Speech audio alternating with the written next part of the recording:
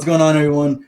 Welcome to the very first episode of Weekly Roundabout. We just started this to kind of decide what our top books of the week are going to be, and we want to put these into a bracket so we can find out which is the top comic of the year or whatever. But with me, I have Nick with Vinyl Casket and Carlos Omni City Comics. What's going on, guys? What's going on? Happy to be here and excited. Super excited. Now, I chose these two because I talk comics with them pretty much every single day. Every day they're wrong, so they're gonna make me look really good. All right, that's why I chose them. But no, they each know their comics very well. We each have very different comics in our pools, which you're gonna see in a little bit. So it's not gonna be us just talking about the same comics over and over and over. Everyone has their own taste. Everyone has their own things that they read. So it's gonna be great.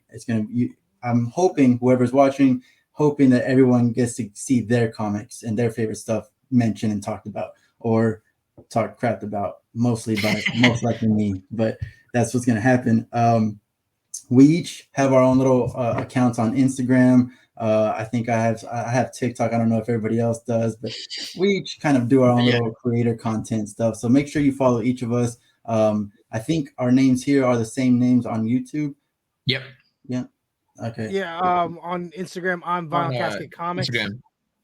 Vinyl Casket Comics. There you go. That's right. Yeah. On YouTube and Twitch, I'm Vinyl Casket.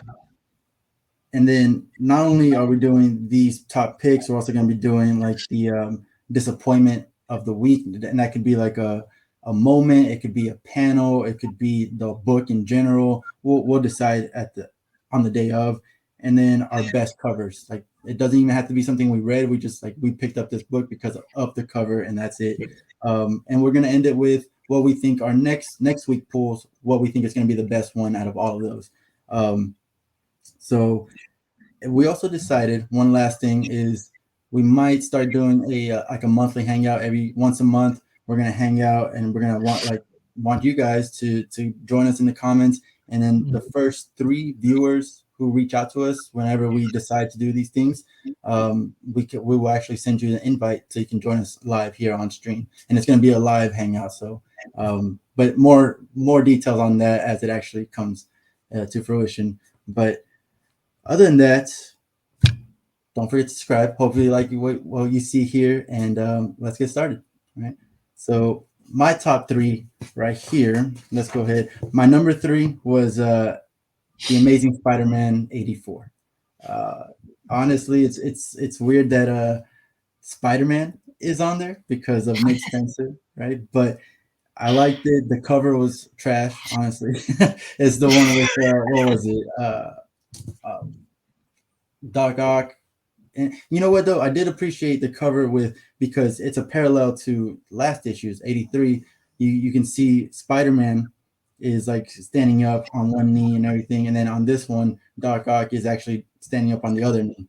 So it's kind of a parallel. I like that. I really like seeing Ben go through his like therapy. He's having a breakthrough. He like can see Uncle Ben's face and all that. He was happy with his therapist and like picked her up. When he picked her up though, I was like, don't do that. Janine's gonna be pissed. Like, oh, you shouldn't have done that.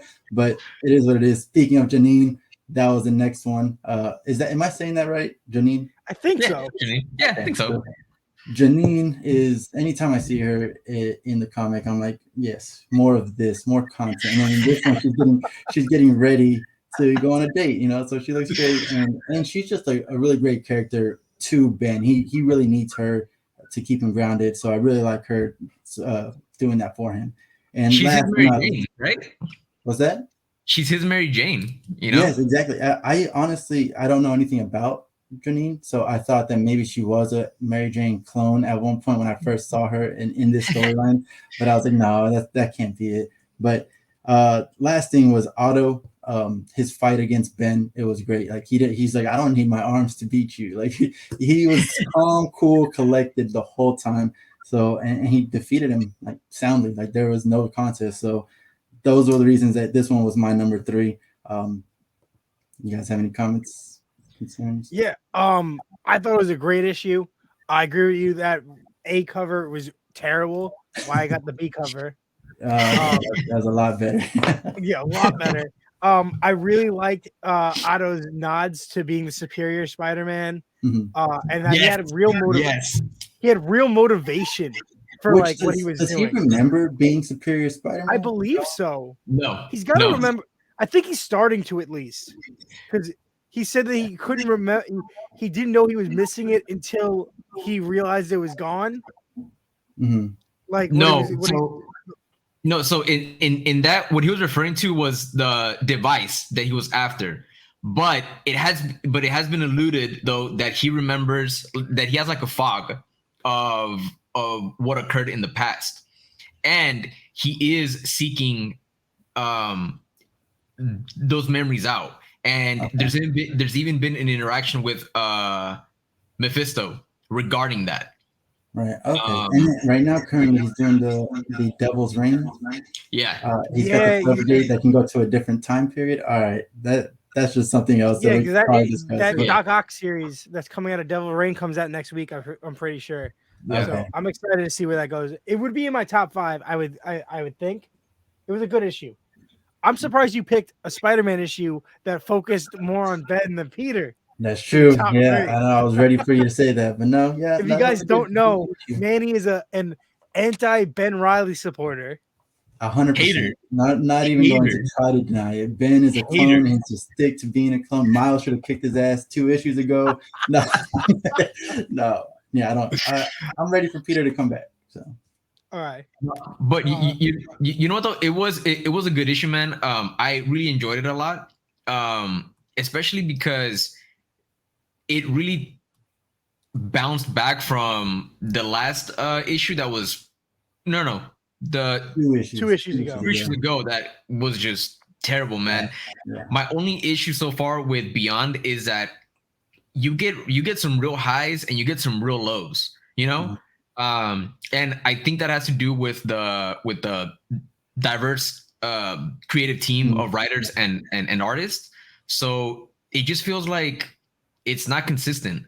But the weeks that the issues are good, like this issue, they're good, man, and they're enjoyable.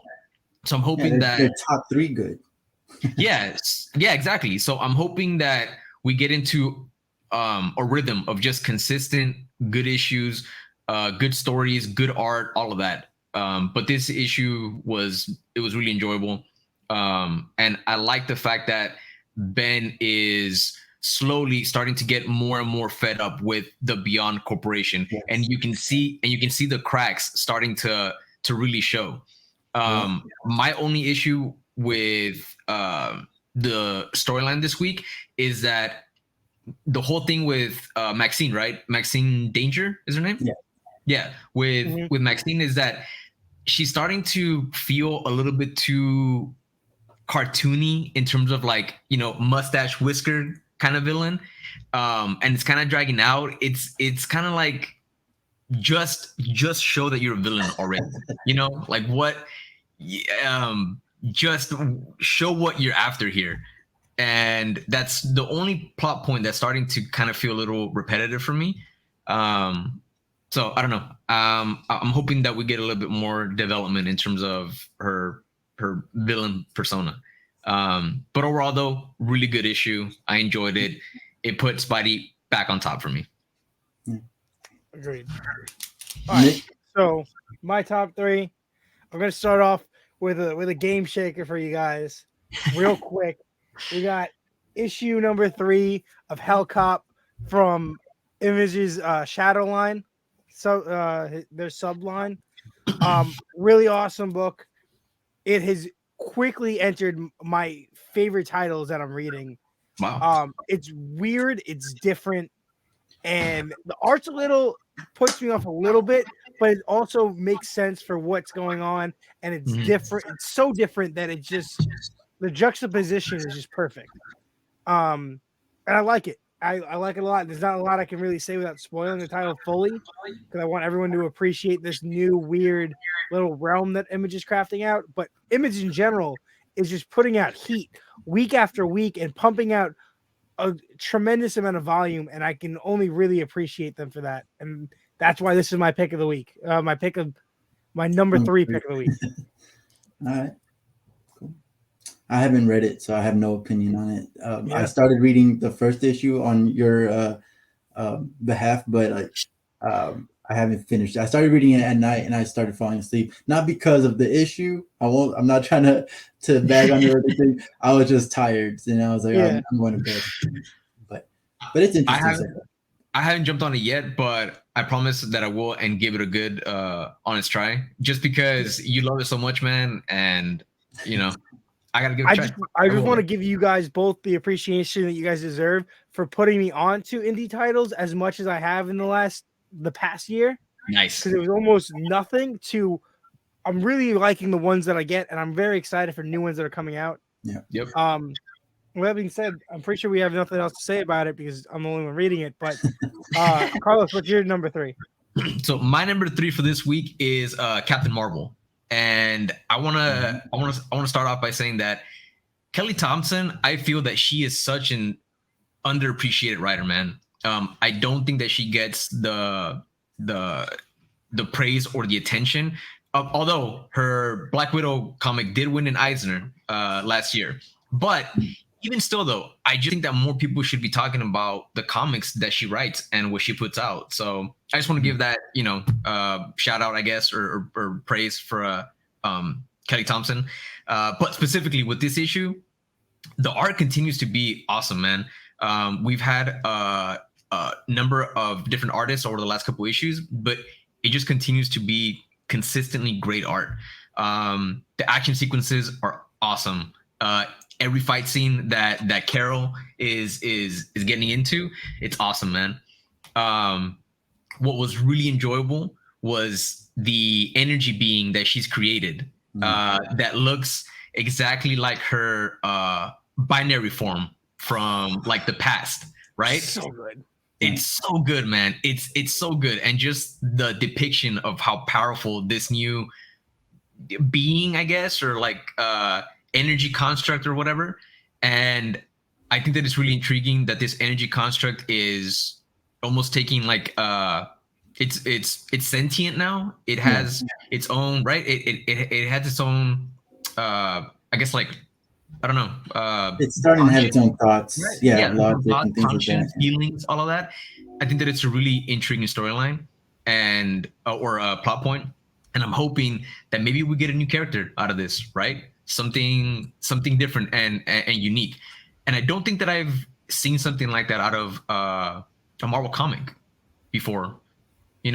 Something like this.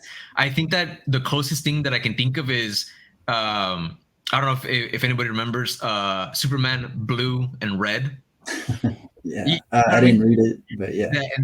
That really didn't jive well. But I'm hoping that, again, we get a really cool character out of this. The dialogue, the pacing is great. And it's just been so fun seeing all of the Marvels, whether it's Phyla-Vell, obviously Miss Marvel, Janice-Vell, like seeing all of the Marvels together. It's living up. Yeah, it's cool. It's living up to its name, right? To the name of the current storyline. Last of the Marvels. Last of the Marvels, man. So yeah, it's just been a good run, a good series, good storyline.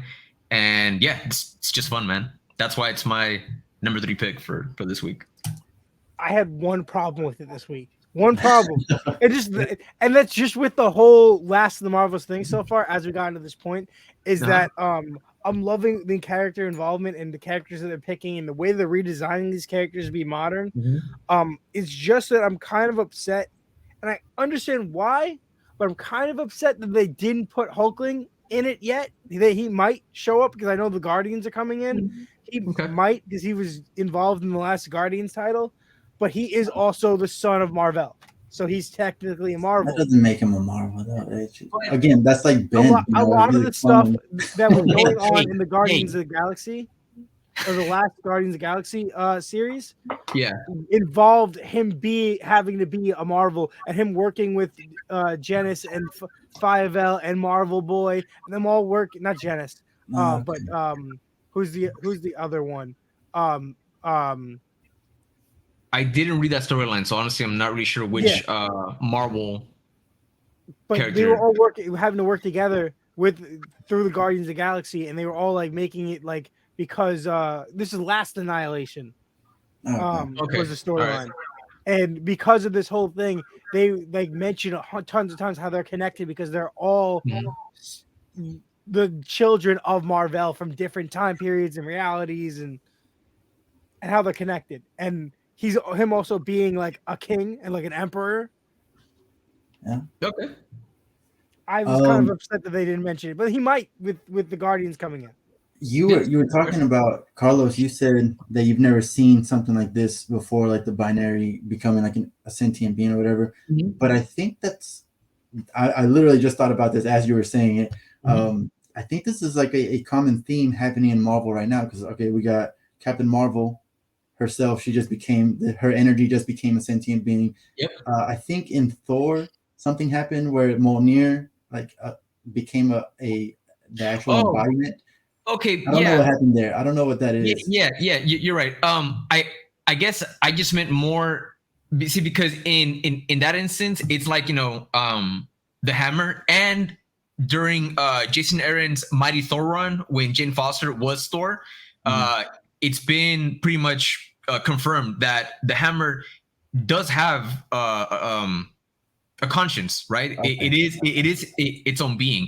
I'm more talking about that this construct or this new energy being came directly out of Carol, right? Well, so that brings me to my last one, which is the spider sense. So far, we've only seen it in Peter's dreams and whatever, but the spider sense got an embodiment in this last issue. Or was it 82?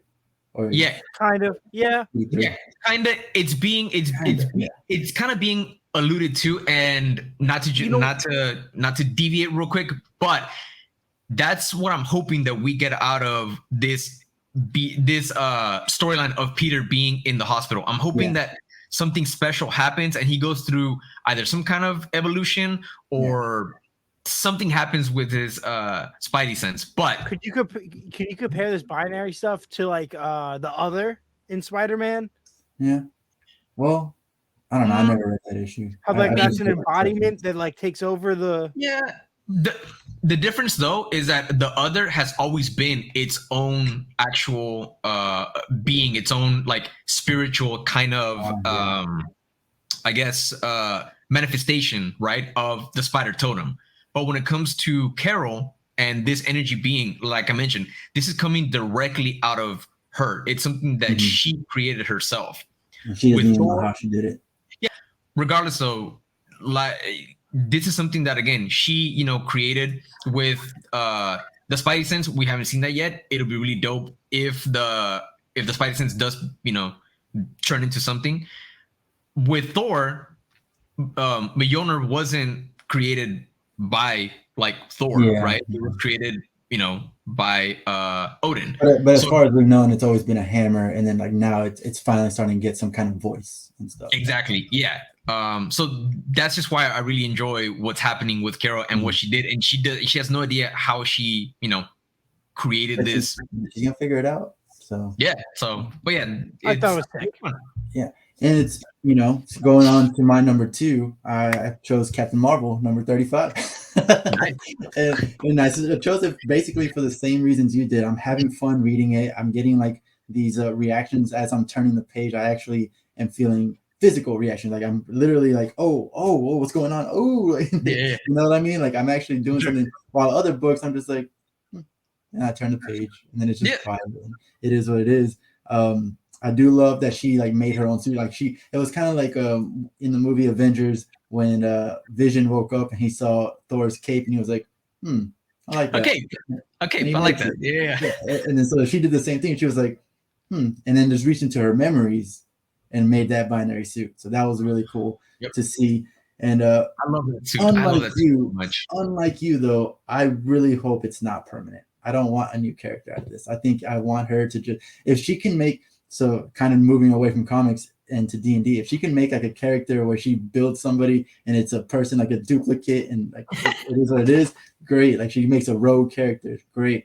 But I don't want to feel bad when this character goes down, and it's like, no, this is a whole person, and she's taking him away, and kind of like in the Flash story, how the cold killer Frost and Caitlin, they're two different people. I felt Mhm. bad for Killer Frost because she couldn't be her own person.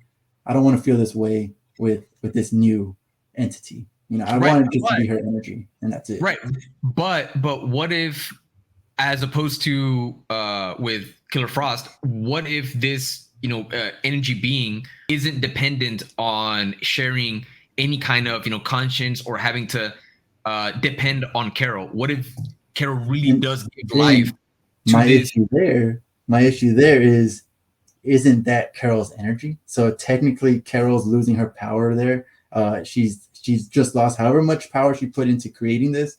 She just lost it from her own set, because energy Yeah, can't be but made and blah blah blah that stuff. So No, not I really. feel like because she's done it twice now, this is the second time she's created this energy um off of herself and projected it Yeah. off of herself. And I mhm. think that it's growing on its own. And the thing is, because she's not binary anymore, this could have been the innate power that she had when she was binary. Because now she's been Warbird, she's been Miss Marvel, she's been Captain Marvel. Mhm. She's gone through tons of changes, Mhm. tons of new powers. She's learning magic. All sorts of new shit pardon Mhm. my language, has happened over the time since she's Yeah. been binary. What, in the 90s? Mhm. So Yeah. now, like, maybe that's just the excess binary energy that has always had its own um personality or Yeah. Yeah. or or thought process in it. I'm Now just being escaping. pessimistic about it. I'm thinking like they're gonna try to like nerf Carol in some form with this if they keep it permanent. So I'm hoping it doesn't become permanent. Yeah. Well, the very last point on this, um touching on you're worried that it's gonna somehow well, not depower but weaken Carol. Yeah. Is We can, I don't know, I don't know if you or anybody watching ever read Captain Marvel, The End. Oh, I did. Yeah. Yeah, and there was like a bunch of different The End one shots. Mhm. um that's what they were called, right? The End, I think. Yeah, it's like Yeah. Venom, Captain Marvel was one of them. Venom, Doctor Strange. Morales, Spider-Man. Well, in that storyline, and in future storylines as well, Carol basically becomes an absolute just Mhm. powerhouse, and there's no one that's like stronger than her. And Yeah, it's been alluded to many times that she just continues to become more and more powerful, and that's why I'm not too worried if that's what ends that's a up good point. That's a good point. happening with this construct. And we've seen too that Kara just recharges when she's drained and when she releases a huge amount of energy, whether it's through like a blast or whether she goes into her binary form or whatever. She eventually you know recharges. That's true. That's a very Um, good point. Yeah. so I don't know. Maybe that'll help alleviate some of the concerns that My you're last feeling. point, But you know, I got one last point, and it's just that I stopped reading Marvel for a very long time and then hop back in, and I'm loving this. But the more you guys are talking, the more I'm thinking, it feels like they really replaced what Sentry used to be with Carol. I don't know With about like that. Sentry the, is still this like pretty. this unlike this character that had this unmeasurable amount of energy that always continued to just grow and get so strong, was so powerful. Like, yeah, that's what, when you guys are saying that, the first thing I'm thinking of is like, mid 2010s Century, when he was still battling the Void or whatever. Mhm. yeah. Like, he was like the biggest character. Now he's never mentioned. Okay, But yeah, yeah, that makes sense. Yeah. makes sense. And then the last thing that I have for it is the Avengers showing up at the end, along with the Guardians of the Galaxy, Oh and yeah, like, that was awesome. that whole final Yeah. scene was just, like, well, again, like I said, I have physical reaction. I was like, oh my god, like these guys are f, that like these guys are not, Yep. they're not about to win this. Like there's no way. So that's the reason I chose it for number two, because Cool. it was very fun. Very All fun. right. Nice. So, my number two, we're gonna go off for the same reason. So this book makes me every month have that same reaction where I'm like so happy to see it. I'm like smiling and I'm jumping up and down. and that is issue 11 of Suicide Squad from DC. Nice. Dude, that cover's dope. Cover's dope. I love anything that mentions like the big belly burger and all that stuff. Love it. So this series is just, the character selection is on point. The storyline and the different directions and how they jump into different books and different story arcs that are happening in the DC universe at the same time, and they like just kind of hop in. Like they did it with Avengers Academy. They did it with the stuff happening when they were doing those miniseries with Earth 3. They did it with is it Injustice Society? Oh, the Crime Syndicate. Crime Syndicate, exactly. Yeah. So when Crime Syndicate had a mini series going on, they jumped into that. They jump in and out. They jumped into Green Lantern. They are all over the place. The Shazam miniseries, they jumped into that. Like, I just like how they're like referencing all the different cool stuff going on in the DC universe, and like they're having fun with it. The characters are fun. They're always adding people. They're doing all sorts of stuff. They're developing the characters so much. Like, we didn't know that if this was Superboy and now it's Match, who's like a Bizarro clone, but like the way they're developing and continuing developing, and him and Noctera are having like a relationship, and Ambush Bug like being like this like third wall breaking like narrator, it's just so much fun. And this issue was just really, really fun. Oh, it was just good. It was just a fun read, and that's why it's my number 2. Honestly, though, the reason I dropped it was because of Ambush Bug. I don't want to see this guy. I don't like this guy at all. He's annoying. You hate the guy that he recruited from space. Wait, they recruited a guy from space who's just a dude in a spacesuit, but instead of a head, it's a skeleton of like a prehistoric bird, and he's just like, I gotta do this thing. Yeah, see, like I picked it up. I picked it up because of what you're saying. Like they were all like literally they were just in the shadows of everything happening in the DC universe. And then they picked up Ambush Bug, who kind of explained all that. So that was great. But then it started getting really silly, and I was like, I'm kind of done here. Main reason. Also, I like how Rick Flag is building his own squad to go up against. Which again, I was like, oh my god, no. It's good. It's fun. It's fun. It's not. It never takes itself too serious, and I like to say it's the perfect mixture of action, drama, and humor. Yeah. I think I just dropped it because I also had like a bunch of pulls in my or a bunch of titles in my pulls. So yeah, something had to be knocked, and that was it. I was like, oh, Ambush Bug, gone. But Major Force is a pain in the ass, and he's my least favorite character. My number 2 pick was Inferno, the last issue of Inferno number 4. Yeah. And right off the bat, I have to say it's been almost a cinematic experience reading Inferno, and it takes me back to the beginning of just this whole new change for X-Men. Reading House of X and Powers of 10, I got that same initial like excitement where, kind of like you mentioned, Manny, just every page I'm like, what the fuck is going on? And like I missed that, and it's just really cool to see Hickman, give us such a just awe-inspiring, last hoorah, right before he bows out of X-Men. There are a couple more like books that he's going to be writing, but he's not going to be the head person in X-Men anymore. So it's just really fun to see him give us this last really big storyline. And the art was absolutely phenomenal from beginning to end. Some of the best art that I've been experiencing recently. And I really enjoyed the clever way that he solidified the current timeline. Moira being turned into a human. Yeah. It's clever, right? Now, if she dies, we're not gonna get another reset, and that's one of the things that was in the back of my mind and has been in the back of my mind. Are we gonna see another reset? How is that even gonna work, especially in relation to the rest of the Marvel universe, right?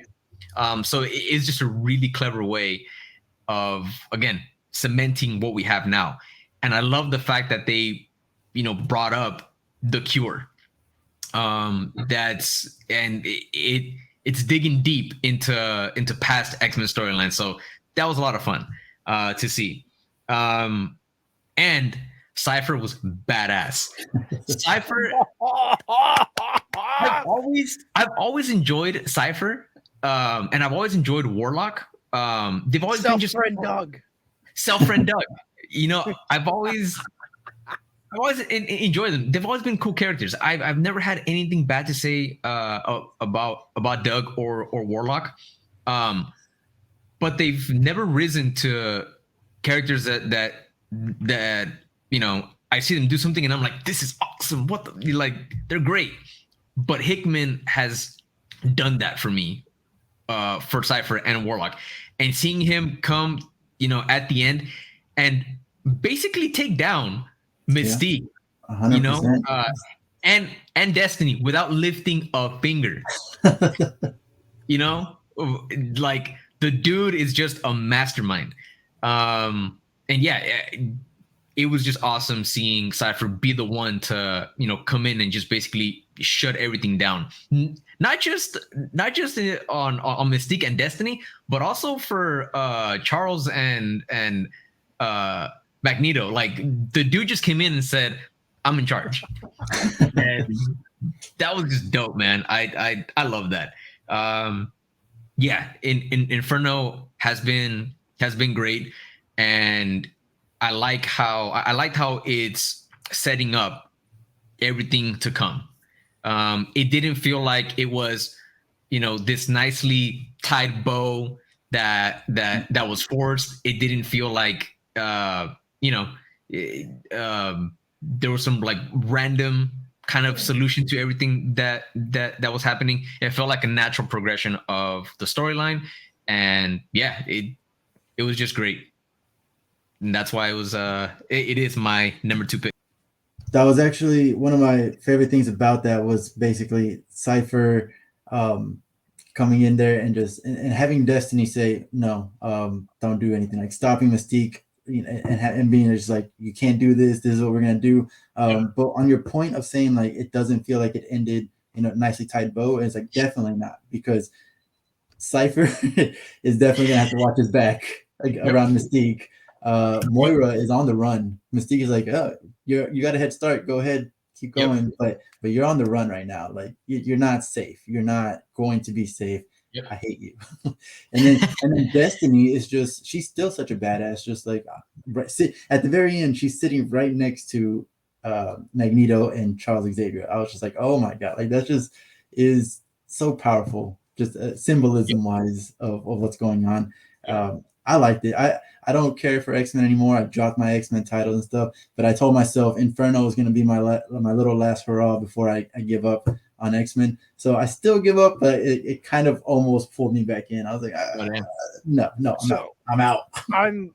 I agree with you. This was in my top 5. Also, another one you guys picked that would have been made my top 5. This is awesome. This whole miniseries is awesome.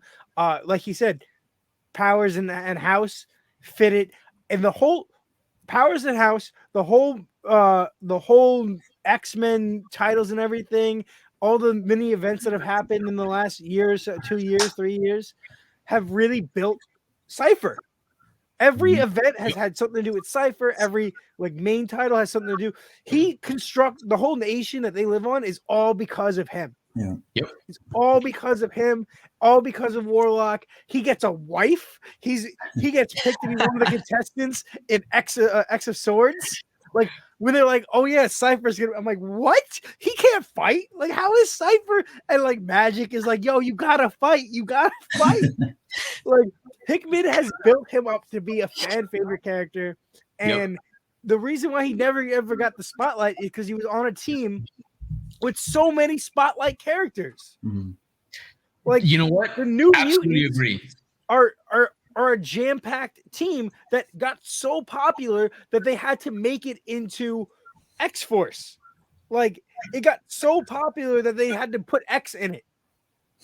Like it's just really cool to see like a character that's so cool that was on a team with top tier characters that kind of got pushed to the back because of the people he was surrounded by get his chance to really do his thing. Yep. I really like how they set this up with this new Immortal X-Men team and this new Destiny of X stuff. I was worried this whole time once they like how do you say your name? Moira. Moira? Moira McTaggart was Yep. being like reintroduced since we hadn't seen her for a really long time since House of Powers. I was scared that like she was gonna die and be reborn into a new one, but also get resurrected from the resurrection protocol and create Yep. multiple different like I didn't ongoing think that. like timelines that were going to compete with each other, and then Yep. that was going to cause Marvel characters to start jumping back and forth in between these different realities and cause some big problem. And I was scared that they were going to do some big reset with the entire Marvel universe using this, and I was terrified because that was going to make me want to buy more titles, and I was like, no. And Yeah. the only real complaint that I have, and I've mentioned this in my own reviews on my YouTube channel at The Vinyl Casket, is I wish they would have given this event, this miniseries, its own original name. I'm kind of annoyed that they picked a pre-existing event to be the name of this mini event. Yeah. And I'm kind of annoyed by that because it just made no sense to me why you're now like 10 years from now when people are trying to reread this stuff, they're gonna get confused which Inferno. Yeah. And that kind of leaves a sour taste in my mouth that Hickman did that knowing what that could have done. Yeah, but at least it did get. I mean, if that's the case, he still got people to read it, and it was an actually good event. So Yeah. Yeah. Works out. All the Hickman led stuff has been pretty good. The things that he's really had a X of Swords is where things kind of got a little wiry for me. But this issue and this miniseries and the stuff that happened with Way of X and the Onslaught Revelation stuff, that was all really good. And I like the point that we're in right now with the X-Men universe. I like what we're at, that we have the Mutant Nation. No one trusts Magneto or Professor X. Emma is against them. Her thing with the Marauders is a big thing. Who else does it? No, it's definitely a good spot to Yeah. be in for an A X-Men lot of people fan, don't trust but them. Like there's I'm a lot not of gonna be. distrust. I'm I'm not not gonna sure be. where it's going.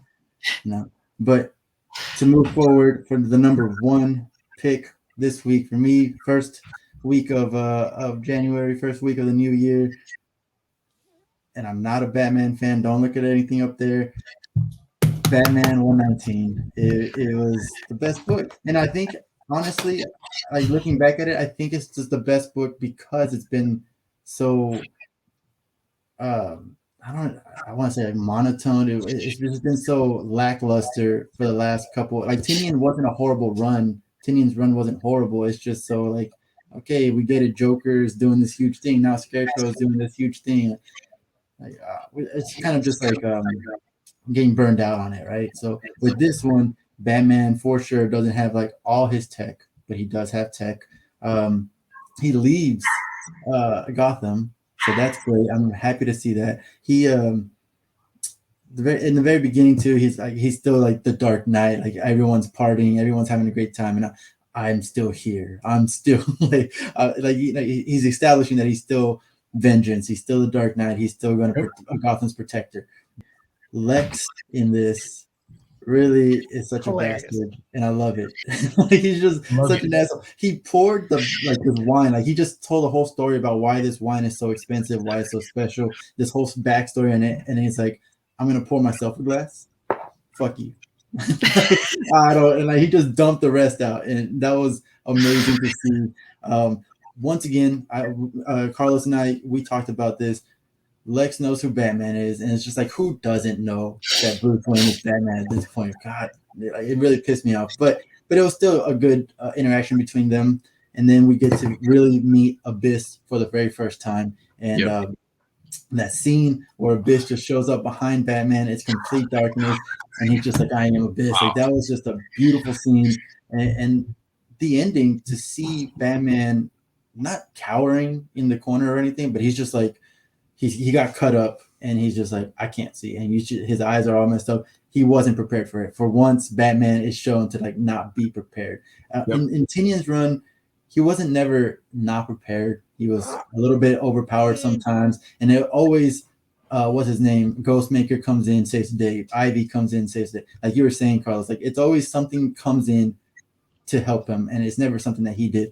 Here, nothing comes in to save the day. It's just I am not yet, but like he's just like, Yeah. I am blind at the moment. I cannot see who's there. Some cops there to help him, and that was just great to see. Like, so it really, like, I'm excited to see what Abyss is gonna do. Why Abyss is because Abyss isn't even pissed at him. He's just like, hey, this is my land. Go back to Gotham.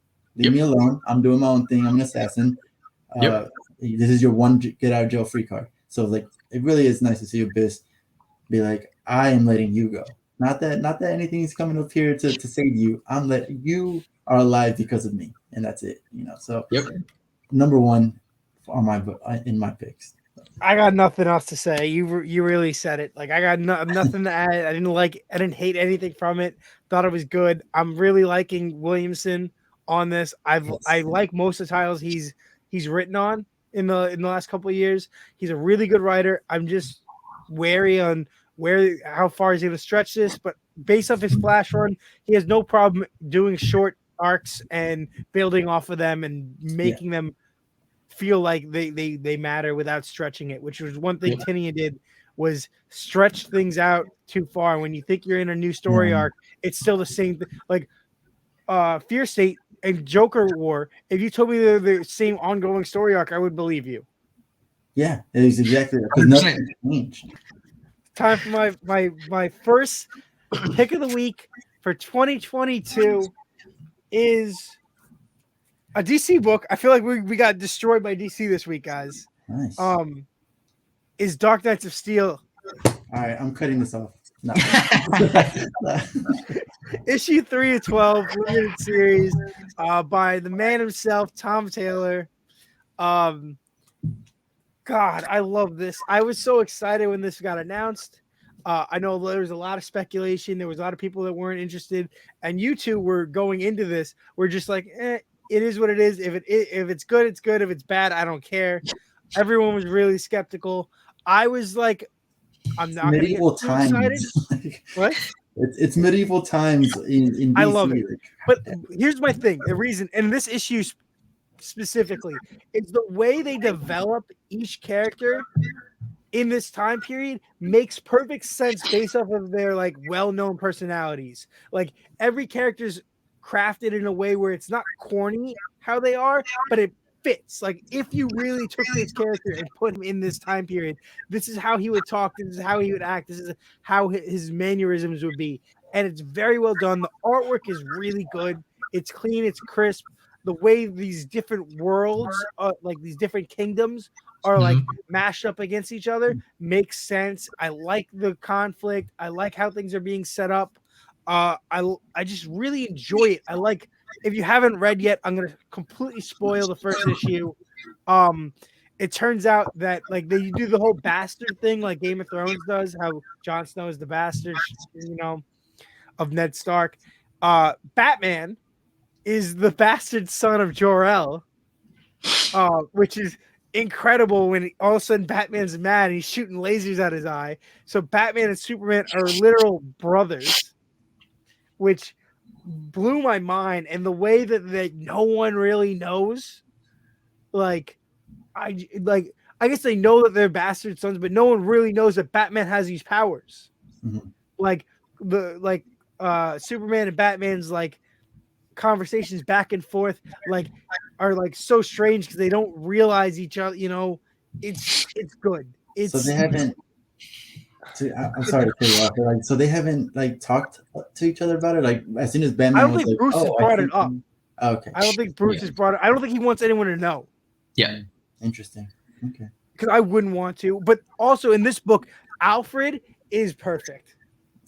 when is he not? Alfred is like his ward. When is he not? Like, oh, When is he not? but it's so good because he's like a badass. Like, you know how we always know Alfred knows how to fight. Like he's actually like a fighter here. Like like his whole purpose is like he is a knight like them. Oh, that's badass. Yep.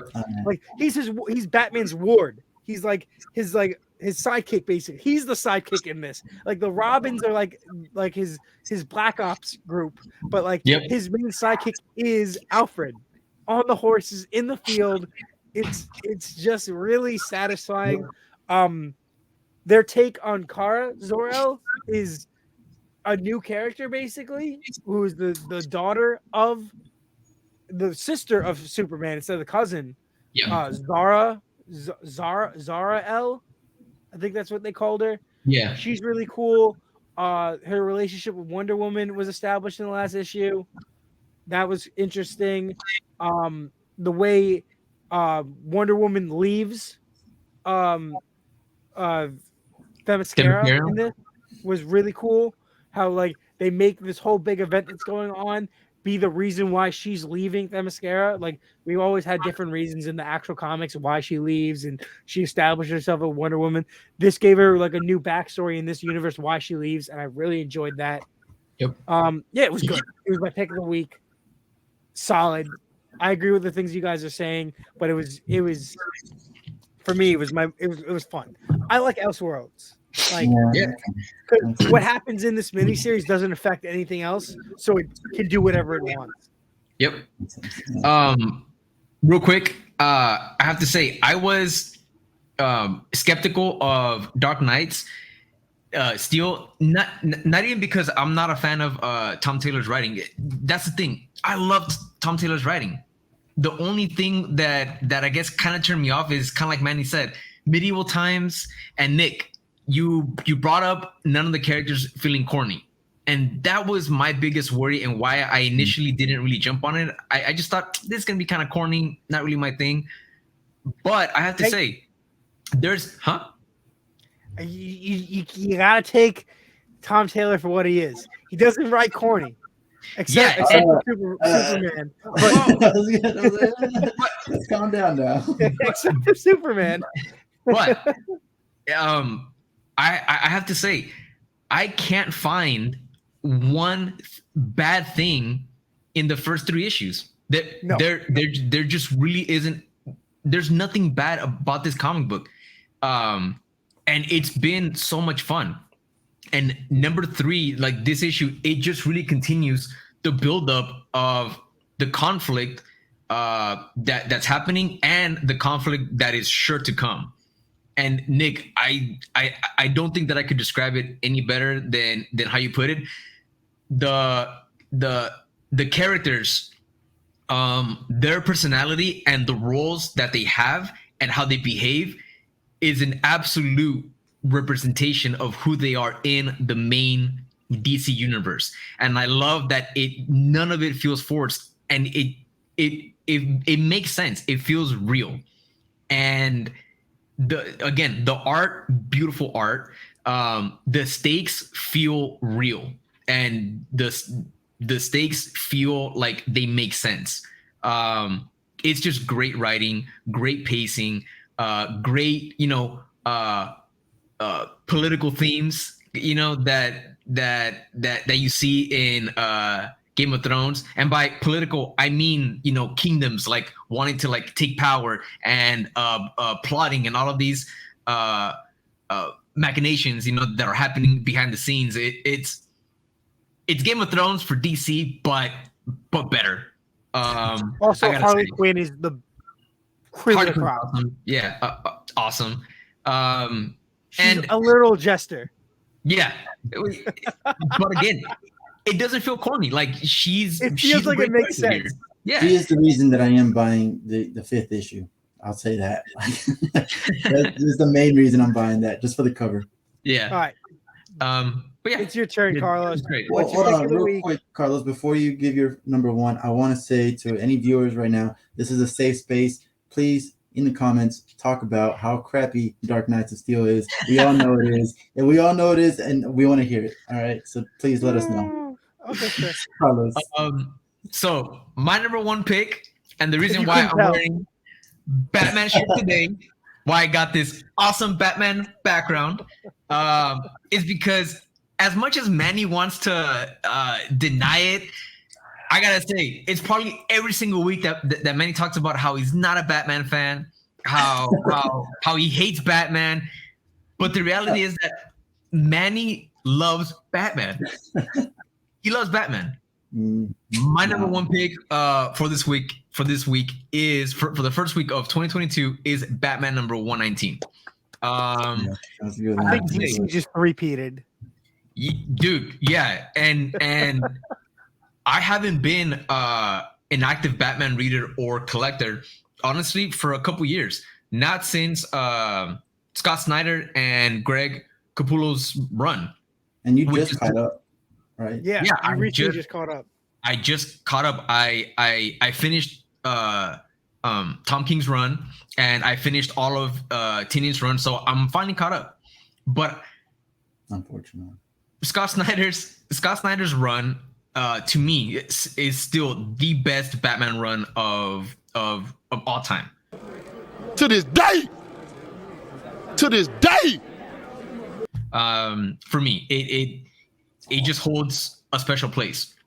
And that's the last time that I truly enjoyed Batman. So why is issue number 19 my topic? Is because I'm getting that excitement again for Batman. I feel that over the last couple of years, the world of Batman and the issues that he has to face are just becoming more and more and more grand. And it's been feeling like every writer has just been upping the stakes, right? In terms of the cataclysmic events that Gotham has been facing. I just feel like every week or every month, there's some kind of war that's happening between all of the villains, and Gotham gets overtaken, from all of the villains. And I mean, storylines where the villains run, you know what I mean, where they run the Gotham Police Department, or where I don't know, Joker again and the Riddler just overtake Gotham, and there's just hundreds of people dying and being mowed down. You know what I mean? It just, I don't know. How are there any citizens left in Gotham? Exactly. It's kind of to the point where it almost feels a little, I don't know, goofy, and it doesn't even feel like, it doesn't feel dangerous.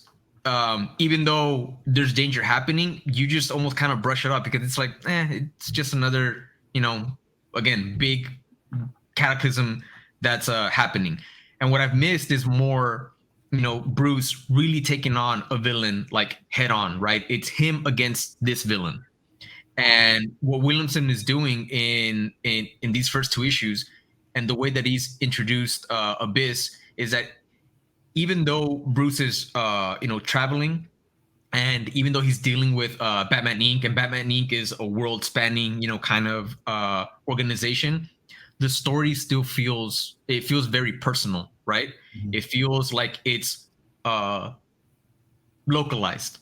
It's Bruce against Abyss, and it's a case that he needs to solve. What's going on? And I like that. It's taking place away from Gotham, and I think that it's time that we kind of get away from Gotham a little bit, exactly like how you were mentioning, Manny. And it's really Bruce going back to his detective kind of roots, trying to solve a case, right? It's one case, it's just him and the villain, and I've missed that from Batman. And Williamson's dialogue and his characterization of Bruce it just feels great. It's spot on. The artistic team, we have Mikhail Janine. I hope that I'm pronouncing that right, and Jorge Molina. I was a little worried. Yeah, dude, amazing.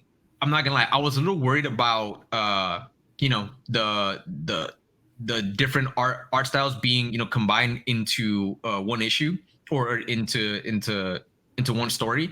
I typically don't like when art is split that way. And while I don't think it was necessary, it really works here and it's enjoyable. It doesn't detract at all. So art is spot on. And one thing that I really enjoyed about this issue too was the backup feature, written and drawn by Carl. Yeah, by Carl Kerschel from. I mean, he's done a lot of different runs. My personal favorite being Isola, another Image indie comic book. I typically really dislike backups, especially when being charged more money, because a lot of times they're just, I hate to use this word filler because, you know, in some way it kind of you're kind of disrespecting or, you know, putting down the work of writers and artists. But that's kind of how they feel sometimes, you know, like they're not really important. But this backup feature was so much fun. I enjoyed it. But yeah, I like the direction that Batman is taking. I like the more personal approach to the storyline. Art is great. Action sequences are amazing, and it's Bruce being a detective. So that's why it's my number one pick. It's gotten me back to that Batman feeling, and I'm feeling the Batman love. So highly agree with all that. I did mention this before because I knew you were going to talk about it later.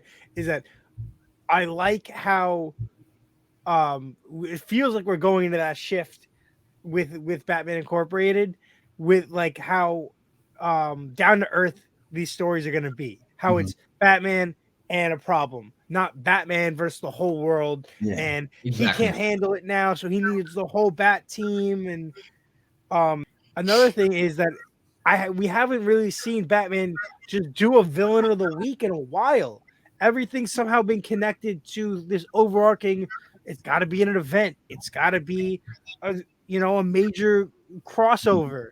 And the last thing I can remember that I liked in the last year, or maybe it might have even been 2020, is Detectives did the 2 or 3 issues where they dealt with that new villain, the Mirror. And I really enjoyed that, how like after Joker War, all these people are so like over it that this villain shows up out of nowhere wearing like a reflective helmet and saying, "I'm not anyone, it doesn't matter who I am, I'm you. You could see me in you," because he's wearing a mirror on his face. And he's just trying to stir all this like anger of Gotham, of like this small like town, like in this park, against Batman. And like that was like a minor villain that ended up just jumping off a building and killing himself. And like, but like it was small. It was a small scale thing. Like that's like the last thing I can remember, like them doing in like 2 years. Yeah, and you know what? While the last thing that I'll mention before we get to our before our next segment is that while I love and enjoyed the Bat family, I love all of the characters except, sorry, I don't like Big Thomas. I think that he's mid. That's just me. That's true. That's very true. That's your disappointment of the week. He belongs in the Outsiders. He belongs in the Outsiders. It's a perfect fit. That's fine, but that's a discussion for another time. Day. But anyways, while I love and enjoy the Bat family, yeah, it just feels like every issue or every battle that Bruce has like gone into, for the most part, it kind of revolved and included the Bat family. And I just want to read a Batman comic, man, where it's him against like a bad guy. Outside of Oracle, he should be by himself. Outside of Oracle, he should be by himself.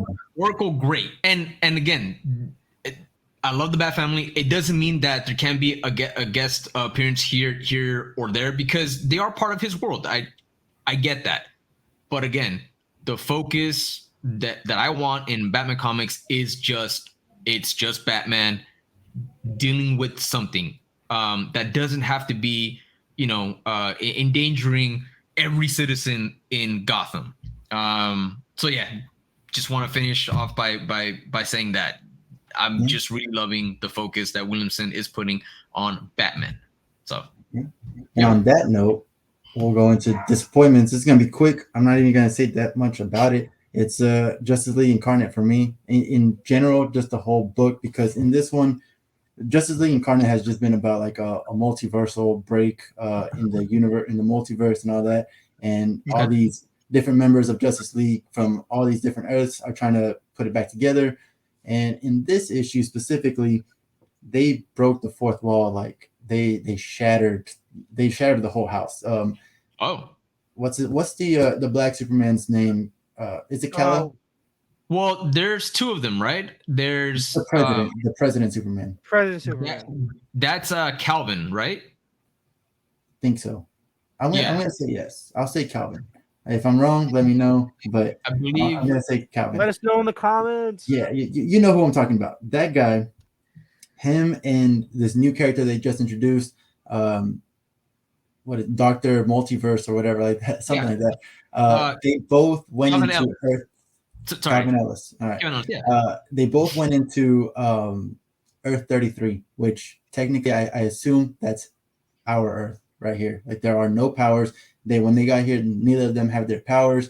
They went to DC Comics to write a story about them defeating Darkseid, and like the owner or some guy that works, an editor that works at DC Comics is telling them like, no, you know what, we're gonna have Darkseid win because that needs to happen for the story, and I need to sell my comics. Like they're just breaking all sorts of like they took months and months writing a comic to defeat Darkseid, and in the end, it was like the editor was Darkseid. Like it's just so bad. Like you're talking about goofy, that was goofy. That was creepy. It was bad. Like they spent like 2 months, and in the comic book world, it was actually like not even a day. So I don't know. I do really appreciate breaking the fourth wall, but this shattered it. This was not a breaking at all. So that was my disappointment. That's okay. I know you guys. I previously had read the series that led into this, Infinite Frontier, and me and Manny agreed it was fun. It was great. And I knew going into this, I had a bad feeling that this series is going to go this way. So I decided not to go on it. And every issue up until this issue, Manny said nothing bad to say. So this is what I'm saying. This disappointing moment really sits with me, at least, knowing that Manny hasn't had a single thing to say since the series started. And we both enjoyed the previous series that spawned into this. So I really understand that it must have been something else for you to say that. And with that, my disappointing moment of the week was the entire issue of X-Men. Damn. The entire issue. And while my original issues that last night I was told I was wrong by Carlos, and I reread it and I was wrong for that one thing, I just didn't like this issue. And I've been liking this new series. So when House and Powers happened, we got a Hickman X-Men series. There was 21 issues. It was good. Every issue was different, but every issue was all over the place. We got a vote. We got a new team. We got Hellfire Gala opens up a brand new X team. We're ready to go. We're in New York City. We have a treehouse base, and we have basically a monster of the week or monster of the month kind of storylines going on. Kind of like Power Rangers or Sentai or Kamen Rider, how there's like every week there's a different villain. Like there's a monstrous alien that they got to deal with. And there are underlying stories that are connecting through each issue and building a bigger, badder threat. But I've really enjoyed every issue. I've enjoyed this team, even though I didn't think I would. I thought the chemistry was really good between these characters. And now you have this whole what happened to Captain Krakoa thing. And I think that titling this issue that, and then next issue, who is Captain Krakoa, was really annoying because it should have been reversed. We don't know. It's a brand new character, first time it's ever shown off ever, or brand new costume, whatever you want to say. Why are we saying what happened to him? Because what happened to him? Nothing happened to him. And nothing happened to him. why are you saying that? I don't understand. I really enjoyed the stuff going on with Sunfire. I think that he finally got some personality, which he's been missing. Yep. And yeah, uh, I thought it was a real disappointment. The whole issue. There were so many things I wish they would have done, and that's all I got to say.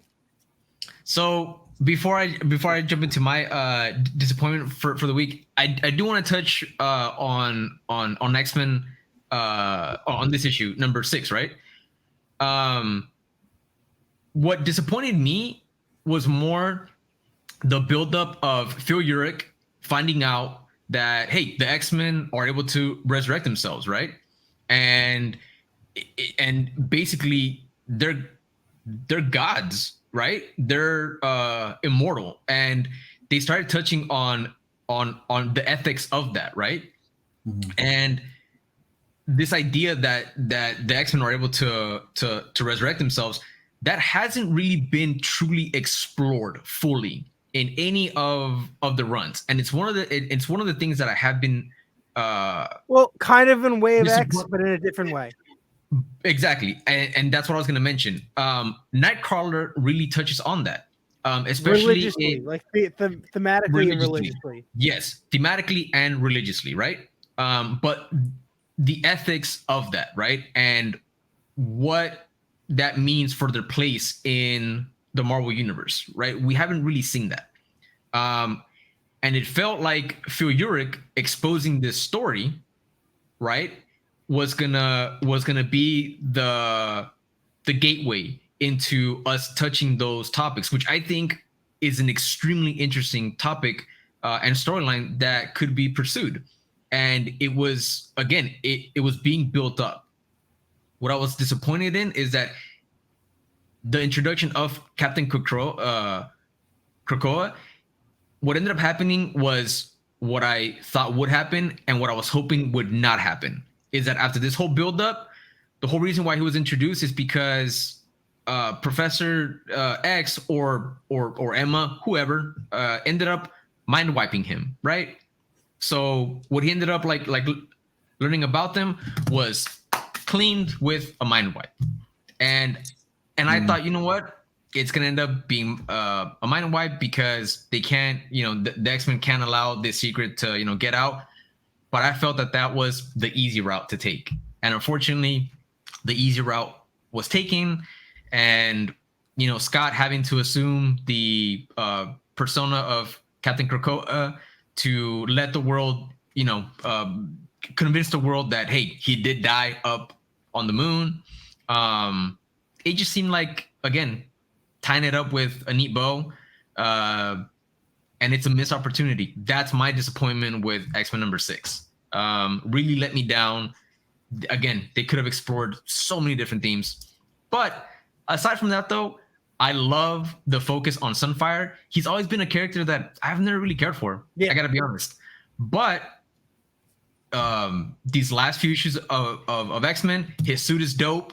The way that his powers are being depicted by Pepe Larraz, badass. And I really like Fei Long, this new villain. He seems pretty menacing, pretty badass. Me. I don't know what it is about it, but it annoys me. Yeah, but again, that's just what I want to touch on in terms of my disappointment with that issue. So Carlos, what's your disappointment of the week? My disappointment for the week, believe it or not, has to do with Inferno. It was my second pick, but my disappointment of the week is also. I was waiting for this to happen. Is also with this issue, and very quickly, it has to do with Moira. Again, I feel like there was a wasted opportunity when it comes to her character. She was gone for 2 years, basically. This whole basically from the event that started everything to now.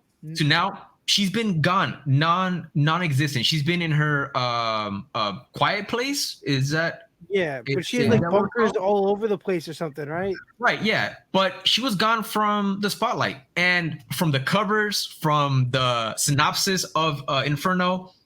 It was, again, being built up that this storyline was gonna heavily focus on her and what she's been doing, and she made to be the centerpiece of everything that's been happening in the X-Men world, right?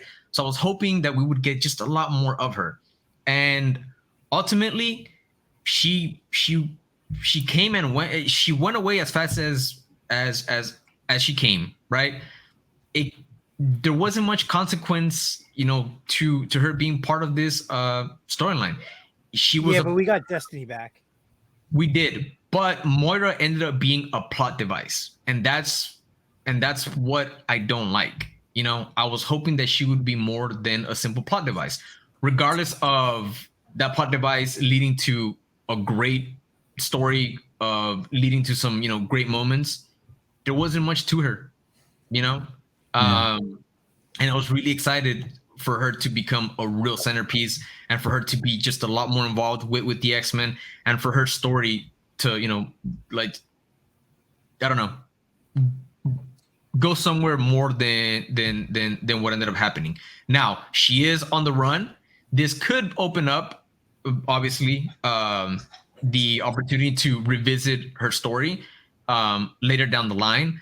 But after 2 years, it just felt like a wasted opportunity. It felt weak, and it felt like a plot device. So that's my disappointment of the week. It is not surprising that X-Men was the overall disappointment of this week, because it's X-Men. I will say that much.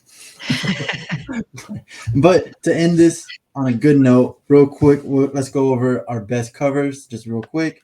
Put them up there, and then we're gonna end it with what we think our next book is gonna be. So for me, I don't know about you guys, but it was just Blacktop Bill, the special Noctera, the blackout variant, where it's just his smile. That was such an amazing cover. That was it. So good. Nick? No, I'm trying to get you right. Go for Nick. No, you can go if you want. Yeah. Mine was this is the Batman ratio, the 1-in-25 ratio by Dan Hep. I didn't put him in my top 3 because I knew this was going to be my cover of the week. Awesome issue, amazing cover. I love this series that he's doing. Yes. One of my favorite things about Batman books is the variants. They usually do like themed sets, and I love that. I love that because it's not only because now you're not just collecting the issue because you like a cover. You now want to collect the whole set. Like it adds another level of collecting to your collecting. Yep. And it's just a fantastic freaking cover. Yes, nice. Continuing with the Batman theme. My cover of the week is the 1-in-50 variant by Jock. And like you were saying, Nick, I love the fact that Batman covers are, have a theme that you want to collect the set. And Jock is doing a bunch of these holofoil covers. Chrome holofoil. Yeah, holofoil. And you know what? The holofoil is done so well. I saw it in person. I almost got it. It was so good. Wow, just absolutely beautiful, man. I got issue 118, I have 119, and I have 120, and what's for sure to be 121 already pre-ordered. And I just think that they're gonna look so badass when they're all just together. I did that with the retro video game covers that they did during Fear State. Yeah. And you know what? Jock has to be my favorite Batman artist. The way that he draws Batman, I don't know, man. There's something about Jock as an artist. He is top for me. So seeing him working on so many Batman covers, it just makes me happy, man. And I'm feeling the Batman spirit. I've been away from Batman again, like I mentioned, for such a long time. I'm just diving in, man. I really hope someone in the comments is just gonna like absolutely destroy Jock. I really hope that happens. And this background image, so is also done by Jock. Yeah, I'm actually gonna create an account just to comment on this and say like Jock is not that great. That comment's gonna matter so little that I'm not even. But that's my cover for the week. Just beautiful cover. Love everything about it. Can't wait to collect the entire set. Nice. Yeah. Nice. I'm looking at my my pulls for next week, and As am I. most of it is just like those tie-ins for Devil's Reign, Death of Doctor Strange, Bloodstone, and like tie-ins. I know they're not going to be great. Savage Avengers is ending, so I feel like that one's gonna be great just because one, it's ending, and hopefully it's gonna end on a good note. But I think my favorite of next week is gonna be Mighty Morphin number 15 because there's a great storyline happening there, and hopefully by the time we actually go over it, Carlos, you'll be caught up, so I'll mention more about it. But I'm getting close. I'm getting very close to catching up. And real quick, for anyone watching, if you haven't read Power Rangers, yes, do it. Honestly, some of the best comics, some of the funnest comics that you could read. Yeah. Boom Studios, if you're watching this, can you please put out collected editions of the freaking series so people who want to read physical can get it? Yo, there is. I have them. Beautiful hardcovers. Of the current Mighty Morphin and Power Rangers. That's how I ended up catching up. I have all of the hardcover volumes, and that's how like the deluxe edition, omnibus, whatever. Man. I have all of them. That's how I'm not gonna edit that out. You just got egg all over your face right now. I can't find it. I can't find it. I don't know what you guys are talking about. I can't find it. I have them. With that being said, looking at my week, I don't have as many of those tie-ins, so I gotta probably double check. But for me, pick of the week at this moment is probably going to be a toss-up between Dark Ages, Harley Quinn animated, Batgirls, or maybe Buffy, Last Vampire Slayer. I'm very concerned because I don't know. It's such a close like race at this point that I don't know. But I'll probably give it to. I'll probably give it the Dark Ages. Is probably going to be my top pick. Okay. For me, looking at my list, I'm excited about really just so many things. But I have to say that it's going to be a toss-up between Dark Ages as well. But I think that what the comic that's going to clinch it is going to be Robin and Batman #3, the final issue of Jeff Lemire. More Batman. The final issue of Jeff Lemire and Dustin Nguyen's mini. This book has been absolutely solid. Jeff Lemire is a boss. Yo, I am loving the focus and the exploration of Dick's very like beginning of being Robin. The dialogue is just great. The art is a lot of fun. It's written so well, and it's also a little bittersweet because we just learned that Jeff Lemire has signed an exclusive deal with Image Comics, so we're probably not going to be seeing much of him in DC for the foreseeable future. Yeah, so, after he wraps this up, and then what? Swamp Thing, Green Hell. But yeah, I think that Robin and Batman is gonna clinch it. But is it safe to say that if Jock and Jeff Lemire were to do a Batman title, a main Batman title, that it would ruin every Batman title for you forever? Interesting. 100%. Snyder and Capullo are looking at you like, you would never be able to read Batman again. No, man, I guess with that said, that was our first weekly roundup. Hopefully you guys had a good time.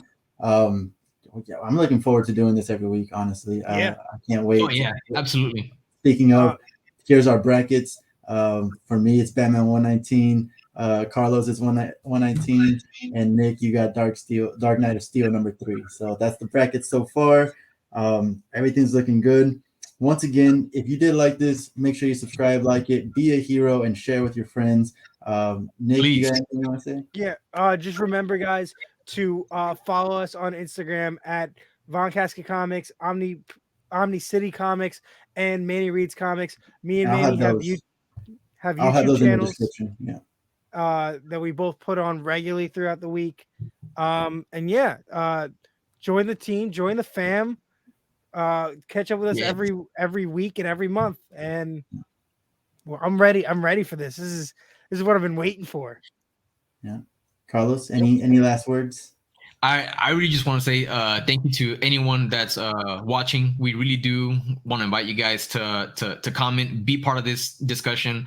Comics is a passion for us three, and I'm sure that it's a passion for anyone that's watching. And we just want to talk comics with everybody. We really enjoy hearing everybody's opinion, hearing what everybody is enjoying out there. And this is the place to share that because because we want to hear from you. So thank you everybody that watched today, and we'll see you guys next week. And remember to drop your top 3 in the comments. Maybe we'll shout you out next video. Yeah, drop them. Let us know what you're liking. Let us know what we should be reading. We always like to hear again from. If we miss out on anything you see on the because you're going to be seeing our polls for the next week. If you see that we're not reading something, we should definitely catch up. Let us know. Let us know. And if you think Jock is the worst artist to ever work, let us know. You know what? If you like Jock, you can go ahead and put that dislike button so we can see how many people actually dislike Jock. There you go. So click the dislike if you hate Jock. But other than that, that's the first show. Hopefully you're here for the rest of the year, and I'll see you soon. Batman. See you later.